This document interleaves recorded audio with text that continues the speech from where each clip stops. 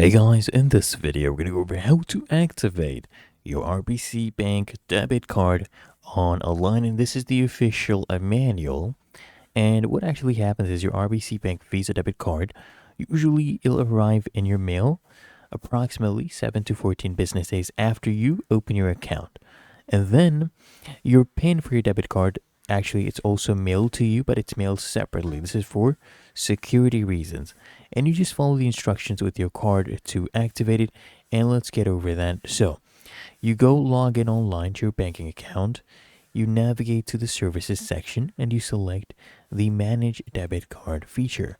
And under manage debit card, you select activate card.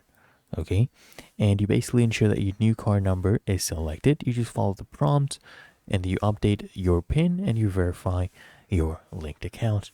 Really that easy. If you found this video helpful, make sure you smash that like button and subscribe to find your solution.